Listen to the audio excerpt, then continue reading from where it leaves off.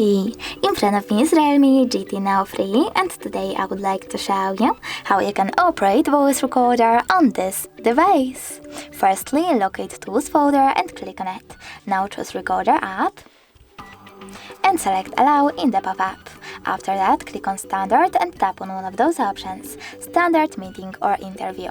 Set up the best one for you by clicking on it and tap on this red button to start your recording.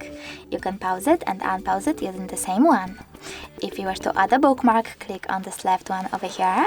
And if you wish to add a photo bookmark, click on this right camera icon. Choose Agree and Continue, then Allow while using or only this time, and finally snap a photo. After that, click on this check mark to save it or on the X icon to get rid of it. Now, if you wish to, you can save your alarm by clicking on this check mark at the top right corner. Then name it however you wish to and tap on save. As you can see, mine is over here. If you wish to play it, just click on it. Recording. If you wish to delete it though, you need to hold it, select this delete icon at the bottom right corner and confirm your choice in the pop-up. Thanks so much for watching. If you enjoyed this video, don't forget to leave a like, comment and definitely subscribe.